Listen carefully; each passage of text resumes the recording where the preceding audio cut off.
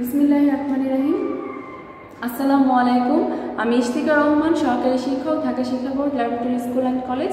আজকের এই ইউটিউব ক্লাসে সপ্তম শ্রেণীর সকল শিক্ষার্থীকে বিজ্ঞান ক্লাসে স্বাগতম। আজকে আমি তোমাদের সাথে যে অধ্যায়টি নিয়ে আলোচনা করব তা হচ্ছে দ্বিতীয় অধ্যায় উদ্ভিদ এবং প্রাণীর কোষীয় সংগঠন। উদ্ভিদ এবং প্রাণীর কোষীয় সংগঠন এই অধ্যায়টি নিয়ে আজকে আমি আলোচনা করব। তো আমি এখানে একটি আদর্শ উদ্ভিদ কোষের চিত্র এঁকেছি। তো তার আগে আমরা এখানে দেখে নিব একটি উদ্ভিদ কোষের বর্ণনা সম্পর্কে আমরা একটু জানবো, তারপর আমরা চিত্রে চলে যাব। তো আমরা এখানে তোমার বইতে এই পয়েন্টগুলো ছক আকারে গুছিয়ে দেওয়া নাই, তো আমি এই ছকটা করেছি। তোমরা হচ্ছে বাসায় অবশ্যই এই ছকটা করে পড়বা, তাহলে হচ্ছে বই থেকে তোমাদের বুঝতে ইজি হবে। তো আমি ছকে চলে যাই। তো প্রথমেই আমি এখানে লিখেছি যে আদর্শ উদ্ভিদ কোষ, সেটাকে আমরা যদি ভাগ করি তাহলে একটি আদর্শ উদ্ভিদ কোষকে দুটি ভাগে ভাগ করা যায়। একটি রয়েছে তোমার কোষ প্রাচীর আর একটি রয়েছে প্রোটোপ্লাজম।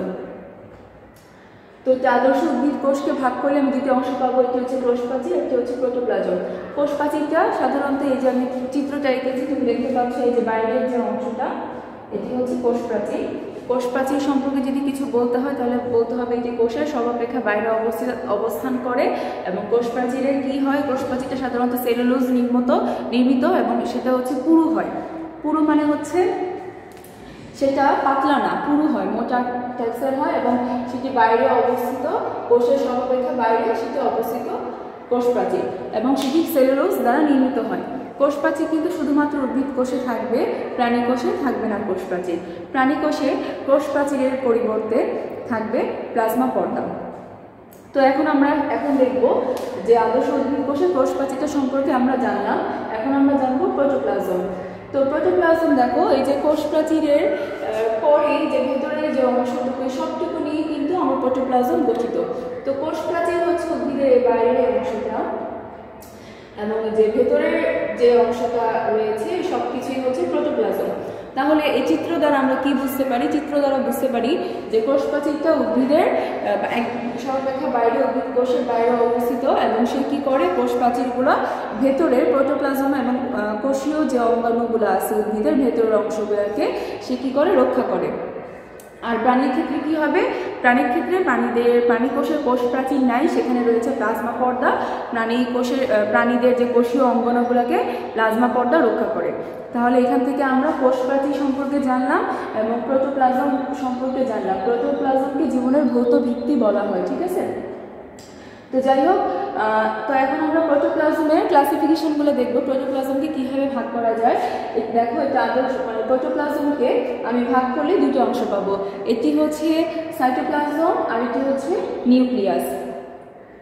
তো প্রোটোপ্লাজমকে যদি আমি ভাগ করি তাহলে আমি দুটো অংশ পাবো, একটি হচ্ছে তোমার সাইটোপ্লাজম আর এটি হচ্ছে নিউক্লিয়াস।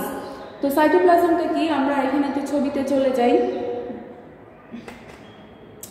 দেখো, ছবি থেকে আমরা দেখতে পাচ্ছি এই যে আদর্শ উদ্ভিদ কোষের মধ্যে এটি ছড়িয়ে ছিটিয়ে আছে। নিউক্লিয়াস বাদে যে অন্যান্য যে অঙ্গাণুগুলো, ধাত্রগুলো আছে, সেগুলোই হচ্ছে তোমার সাইটোপ্লাজম।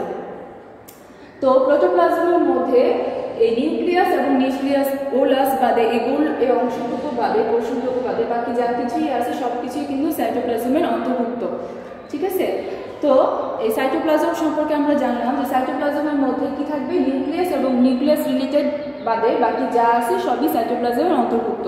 তো কি কি অন্তর্ভুক্ত আছে তা আমরা একটু দেখি। এই যে এখানে আছে মসৃণ, অমসৃণ এন্ডোপ্লাজমিক জালিকা, আছে রাইবোজোম। আমি জায়গার সংকট দেখে একসাথে একটু চাপিয়ে লিখেছি, রাইবোজোম, লাইসোজোম, সেন্ট্রিওল। এগুলো হচ্ছে সাইটোপ্লাজমের মধ্যে থাকে। প্লাস্টিড থাকে, প্লাস্টিডের কিছু ক্লাসিফিকেশন আছে, এটা আমরা পরে দেখব। মাইটোকন্ড্রিয়া থাকে, একে কোষের পাওয়ার হাউস অফ সেল বলা হয়। দেন গলজি বডি থাকে। তো সাইটোপ্লাজমের মধ্যে অনেক অঙ্গাণু আছে। আমি নিউক্লিয়াস এবং নিউক্লিয়াস রিলেটেড বাদে বাকি যা কিছু আছে সবই কিন্তু সাইটোপ্লাজমের মধ্যে রয়েছে, যেমন মসৃণ, অমসৃণ এন্ডোপ্লাজমিক জালিকা রয়েছে, প্লাস্টিড রয়েছে, মাইটোকন্ড্রিয়া রয়েছে, রাইবোজোম রয়েছে, লাইসোজোম রয়েছে, সেন্ট্রিওল রয়েছে। এই সব কিছুই সাইটোপ্লাজমের মধ্যে রয়েছে। এখন আমরা দেখব কোষের নিউক্লিয়াসটা দেখব। হ্যাঁ, তো নিউক্লিয়াসকে যদি আমি ভাগ করি, তোমরা এই চিত্র দেখতে পাও নিউক্লিয়াস, এই যে গোল যে অংশটা নিউক্লিয়াস, হ্যাঁ, এইটা হচ্ছে প্রোটোপ্লাজমের সেকেন্ড পার্ট আর কি। নিউক্লিয়াস ভাগ করা হয়েছে। নিউক্লিয়াসকে ভাগ করলে আমরা এই যে উপরে যেটা দেখতেছি নিউক্লিয়ার মেমব্রেন, তারপরে এই যে দুইটা মেমব্রেনের যে স্পেস দেখতে পাচ্ছি, ফাঁকা অংশটা দেখতে পাচ্ছি, এই যে দুইটার মাঝামাঝি, এটা হচ্ছে নিউক্লিয়ার রন্ধ্র। তারপর অধিকতর গোল অংশটাকে দেখতে পাচ্ছি, এটা নিউক্লিওলাস। তারপর এখানে আমরা ক্রোমাটিন তন্তু দেখতে পাচ্ছি, এটা হচ্ছে তোমার নিউক্লিয়াসের পোর্শনগুলো। তো নিউক্লিয়াসকে ভাগ করলে মেনলি আমরা চারটে ভাগে ভাগ করতে পারি। একটি হচ্ছে নিউক্লিয়ার মেমব্রেন, যেটা হচ্ছে তোমার বাইরের দিকে অবস্থান করে। দেন রয়েছে নিউক্লিওপ্লাজম, এই যে নিউক্লিওপ্লাজম রয়েছে, নিউক্লিওলাস রয়েছে, এটা আমরা গোলাকার যে অংশটা সেটা দেখতে পাচ্ছি, এবং এই যে ভেতরে যে ক্রোমাটিন অংশ বা ক্রোমাটিন তন্তু সেটা দেখতে পাচ্ছি, যাকে বলা হয় নিউক্লিয় জালিকা। তো নিউক্লিয়াসকে ভাঙলে আমি কয়টা অংশ পাচ্ছি, এটা কিন্তু কুইজে আসতে পারে। নিউক্লিয়াসকে ভাঙলে আমি চারটে অংশ পাচ্ছি। কি কি পাচ্ছি? একটা হচ্ছে নিউক্লিয়ার মেমব্রেন, যেটা সর্বাপেক্ষা বাইরে দিকে থাকে। তারপর রয়েছে নিউক্লিওপ্লাজম, তারপর রয়েছে নিউক্লিওলাস, এই যে নিউক্লিওলাস অধিকতর গোলাকার গোলকৃতি যে অংশটা সেটি। তারপর রয়েছে ক্রোমাটিন তন্তু, এই যে ভেতরে রয়েছে ক্রোমাটিন তন্তু, এবং রয়েছে নিউক্লিয় জালিকা। এটা হচ্ছে নিউক্লিয়াসকে ভাঙলে এই চারটে অংশ আমি পাবো। এখন আসলো সাইটোপ্লাজমের যে ভিতরে যে অঙ্গাণুগুলো আছে, আমরা যেগুলো পড়েছিলাম সেগুলো আমরা উদ্ভিদ কোষের মাধ্যমে একটু দেখিয়ে দিব। দেখো, সাইটোপ্লাজমে রয়েছে কি মসৃণ, অমসৃণ, এন্ডোপ্লাজমিক জালিকা। আমি দুইটা একসাথে লিখেছিলাম, ওই যে কর্নারে দেখতে পাচ্ছ যে মসৃণ, অমসৃণ, এন্ডোপ্লাজমিক জালিকা এখানে লিখেছি। প্রথমেই আমি এটা দেখাচ্ছি, আমরা চিত্রের দিকে চলে যাই। দেখো, এখানে আমি দানাদার গুড়ি গুড়ি কিছু অংশ এঁকেছি। দেখো, নলাকার, এটা হচ্ছে কি, এটা হচ্ছে অমসৃণ এন্ডোপ্লাজমিক জালিকা। এটা কোথাকার অঙ্গাণু, এটা হচ্ছে কই থাকে, এটা সাইটোপ্লাজমে থাকে। সাইটোপ্লাজম কই থাকে? সাইটোপ্লাজম হচ্ছে প্রোটোপ্লাজমের একটি অংশ, তাই না? তো এইভাবে ডিটেলস পড়বা, তাহলে মনে থাকবে। দেখো, অমসৃণ এন্ডোপ্লাজমিক জালিকা। অমসৃণ এন্ডোপ্লাজমিক জালিকা কেন বলা হয়েছে? কারণ এটার বাইরের ত্বকটা মসৃণ না, এখানে এই যে গুড়ি গুড়ি দানাদার এভাবে থাকে, ছড়িয়ে ছিটিয়ে থাকে, এই জন্য এটাকে বলা হয়েছে অমসৃণ এন্ডোপ্লাজমিক জালিকা। তাহলে মসৃণটা কেমন? মসৃণটা হচ্ছে স্মুথ, মানে যেখানে কোনো দানাদার গুড়ি গুড়ি গুটি গুটি থাকবে না। এই দেখো, এটার নাম হচ্ছে মসৃণ এন্ডোপ্লাজমিক জালিকা। এটা হচ্ছে মসৃণ এন্ডোপ্লাজমিক জালিকা, কারণ এটা দেখো দানাদার গুড়ি গুড়ি কিছু নাই, নর্মাল জালিকার মতো স্মুথ একটা জালিকা, এই জন্য এটার নাম মসৃণ এন্ডোপ্লাজমিক জালিকা। তারপরে কি রয়েছে দেখো, তারপরে দেখো এই দুইটার যে স্পেসটা আমি দেখতে পাচ্ছি, এটা হচ্ছে নিউক্লিয়ার রন্ধ্র বা নিউক্লিয়ার রন্ধ্র। এটাকে কেন বলা হয়েছে? কারণ এখানে একটা স্পেস রয়েছে, খালি জায়গা রয়েছে, এখানে এটা হচ্ছে নিউক্লিয়ার রন্ধ্র। আচ্ছা, যাই হোক, এটা নিউক্লিয়াসের মধ্যে চলে গেল। এগুলো তো আমি আগেই পার্টগুলো আলোচনা করেছি, এটা নিউক্লিয়াসের পার্ট। তো এটা আমি এখন বাদ দিয়ে বাকিগুলো করবো, কারণ বাকি অঙ্গনাগুলো আমি হচ্ছে সাইটোপ্লাজমের অঙ্গন। তো প্রথমেই দেখো, এখানে রয়েছে প্লাস্টিড। প্লাস্টিকটা কি? প্লাস্টিকটা হচ্ছে সাইটোপ্লাজমের একটি অঙ্গাণু। প্লাস্টিককে দুইটা ভাগে ভাগ করা যায়, একটি হচ্ছে লিউকোপ্লাস্ট, একটি হচ্ছে ক্রোমোপ্লাস্ট, একটি হচ্ছে বর্ণহীন, একটি হচ্ছে বর্ণযুক্ত প্লাস্টিক। তো বর্ণহীন যেটা, সেটা মূলে থাকে উদ্ভিদের, আর যেটা হচ্ছে বর্ণযুক্ত সেটা হচ্ছে আবার দুই ভাগে ভাগ করা যায়, একটা হচ্ছে ক্রোমোপ্লাস্ট, একটা হচ্ছে ক্লোরোপ্লাস্ট। ক্রোমোপ্লাস্টটা হচ্ছে উদ্ভিদের সবুজ বর্ণ বাদে বাকি যে বর্ণগুলো উদ্ভিদ ধারণ করে।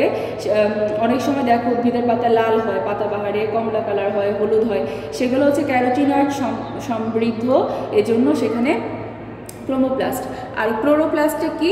ক্লোরোপ্লাস্টটা কিন্তু প্লাস্টিডেরই একটা অংশ, সেখানে উদ্ভিদ কি হয়, সবুজ বর্ণ ধারণ করে।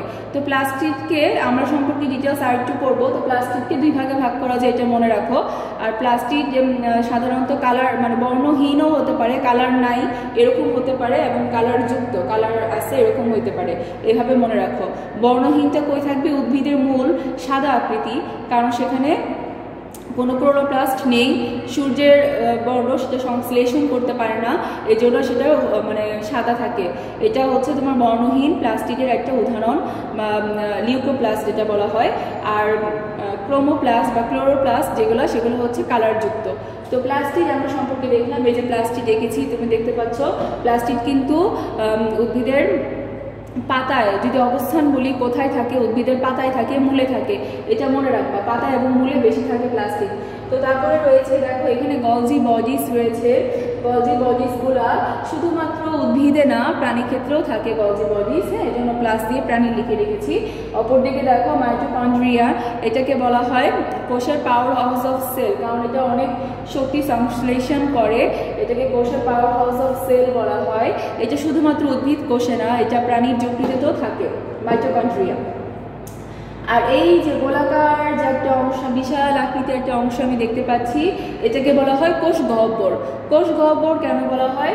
কারণ এটা অনেক ভেতরে অনেকটা ফাঁপা, হ্যাঁ, কোষের ভিতরে একটা গহ্বর, ফাঁপা একটা অংশ, এটা তরলপূর্ণ একটা অংশ, এটাকে বলা হয় কোষ গহ্বর। এই যে উপরে আমি লিখে দিয়েছি কোষ গহ্বর। তাহলে এখান থেকে আমরা কি দেখতে পাচ্ছি? এখান থেকে একটা আদর্শ উদ্ভিদ কোষে আমরা এই যে আমরা কোষ গহ্বর দেখতে পেলাম, তারপর হচ্ছে প্লাস্টিক দেখতে পেলাম, তারপরে যে অমসৃণ এন্ডোপ্লাজমিক জালিকা, মসৃণ এন্ডোপ্লাজমিক জালিকা, গলজি বডিস, মাইটোকন্ড্রিয়ন বা মাইটোকন্ড্রিয়া, তারপর কোষ গহ্বর আমরা দেখতে পেলাম। আর এই যে দানাদার গুড়ি যে অংশগুলো দেখেছি, এটাকে বলা হয় ম্যাট্রিক্স বা ধাত্র, সেটাকে সাইটোপ্লাজমের ধাত্রও বলা হয়। সাইটোপ্লাজম কোত্থেকে এসেছে? সাইটোপ্লাজম প্রোটোপ্লাজমের একটা অংশ থেকে এসেছে। তো কোষ গহ্বরটা কিন্তু তোমরা অনেকেই আমাকে অন্য সময় যখন অ্যামিবা অ্যান্টামিবা পড়েছি, তোমরা কোষ গহ্বর বা খাদ্য গহ্বর বুঝো না। তো গহ্বর মানেই কিন্তু সেখানে একটা ছোট ছোট এরকম গোলাকৃতি হতে পারে, বিভিন্ন আকৃতি এরকম হতে পারে, কোষের মধ্যে যদি একটা ফাঁপা একটা অংশ সৃষ্টি হয়, সেটাই হচ্ছে কোষ গহ্বর। এবং সেটা কই থাকে? সেটা সাইটোপ্লাজমে থাকে। সাইটোপ্লাজমে তরল পদার্থপূর্ণ একটি অংশ, সেটি হচ্ছে কোষ গহ্বর। তার মানে এখানে কিছু তরল পদার্থ থাকবে, ঠিক আছে? তো এটাই হচ্ছে কোষ গহ্বর। কোষ গহ্বর উদ্ভিদ কোষে কিন্তু এই যে বিশাল আকৃতির একটা কোষ গহ্বর রয়েছে, যা কিন্তু প্রাণী কোষে নেই। প্রাণী কোষে যদি থাকেও কোষ গহ্বর, সেটা ছোট ছোট থাকে, উদ্ভিদ কোষের মতো এত বড় কোষ গহ্বর থাকে না। তো আমি একটি আদর্শ উদ্ভিদ কোষ এঁকেছি। তো এখান থেকে তোমরা দেখতে পাইলা যে আদর্শ উদ্ভিদ কোষটা কেমন থাকবে। তো আদর্শ উদ্ভিদ কোষের এই যে অংশটা দেখতে পাচ্ছ, এটা কিন্তু কোষ প্রাচীর, হ্যাঁ, যা আমি প্রথমে পড়িয়েছি, লেখা হয়নি, যাই হোক। তো আমি আবার একটু রিক্যাপ করি, আবার প্রথমে চলে যাই। দেখো, এটা আদর্শ উদ্ভিদ কোষকে দুইটি ভাগে ভাগ করা হয়েছে। একটি হচ্ছে কোষ প্রাচীর, আর একটি রয়েছে প্রোটোপ্লাজম। কোষ প্রাচীরটা কি? দেখো, উদ্ভিদের এই যে বাইরের যে সরলরেখার বাইরের যে অংশটা, সেটা হচ্ছে কোষ প্রাচীর। কোষ প্রাচীরটা কেমন? এটা বাইরের দিকে থাকে, এটি সেলুলোজ নির্মিত থাকে, এবং প্রাণী কোষে কিন্তু কোষ প্রাচীর থাকে না, এটা মনে রাখবা। আর উদ্ভিদ কোষের কোষ প্রাচীরটা কিন্তু পুরো প্রাচীর, মানে পুরো আকৃতি হয়, মানে মোটা হয়, এবং সেটা ভেতরের আবরণগুলোকে দেখো রক্ষা করতেছে।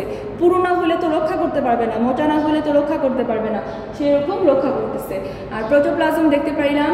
প্রোটোপ্লাজমকে দুই ভাগে ভাগ করা যায়, সাইটোপ্লাজম এবং নিউক্লিয়াস। তুমি চিত্রে দেখো, এই যে নিউক্লিয়াসকে বাদ দিলে বাকি যে অঙ্গাণুগুলো থাকে, এগুলো সবই সাইটোপ্লাজমের মধ্যে থাকে। সাইটোপ্লাজমের মধ্যে কি আছে? মসৃণ অমসৃণ এন্ডোপ্লাজমিক জালিকা রয়েছে, রাইবোজোম রয়েছে, লাইসোজোম রয়েছে, এই যে প্লাস্টিড রয়েছে, তারপর হচ্ছে তোমার এই যে গলজি বডিস রয়েছে, ঠিক আছে? এগুলা এই অঙ্গাণুগুলো রয়েছে। এবং সাইটোপ্লাজমটা কি? সাইটোপ্লাজমটা একটা ধাত্র, হ্যাঁ, ধাত্রের মধ্যে এগুলো রয়েছে, এগুলা কোষীয় অঙ্গাণুগুলো থাকে সাইটোপ্লাজমে। আর এই যে নিউক্লিয়াস কি? নিউক্লিয়াসের মধ্যে কি কি রয়েছে দেখো, নিউক্লিয়ার মেমব্রেন রয়েছে, যে বাইরের দিকে নিউক্লিয়ার রন্ধ্র রয়েছে, নিউক্লিয় প্লাজম রয়েছে, নিউক্লিয় জালিকা রয়েছে বা ক্রোমাটিন তন্তু রয়েছে। তো এটার মাধ্যমে আমরা অনেক কিছু জানতে পারলাম চিত্রের মাধ্যমে। ছকটা অবশ্যই তোমরা এভাবে খাতায় তুলে বাসায় প্র্যাকটিস করবা, আর কোনো সমস্যা থাকলে আমাকে জানাবা। তো সবাই ভালো থাকো, সুস্থ থাকো, আর কোনো প্রবলেম থাকলে আমাকে মেসেঞ্জারে জানাবা, ঠিক আছে? আসসালামু আলাইকুম।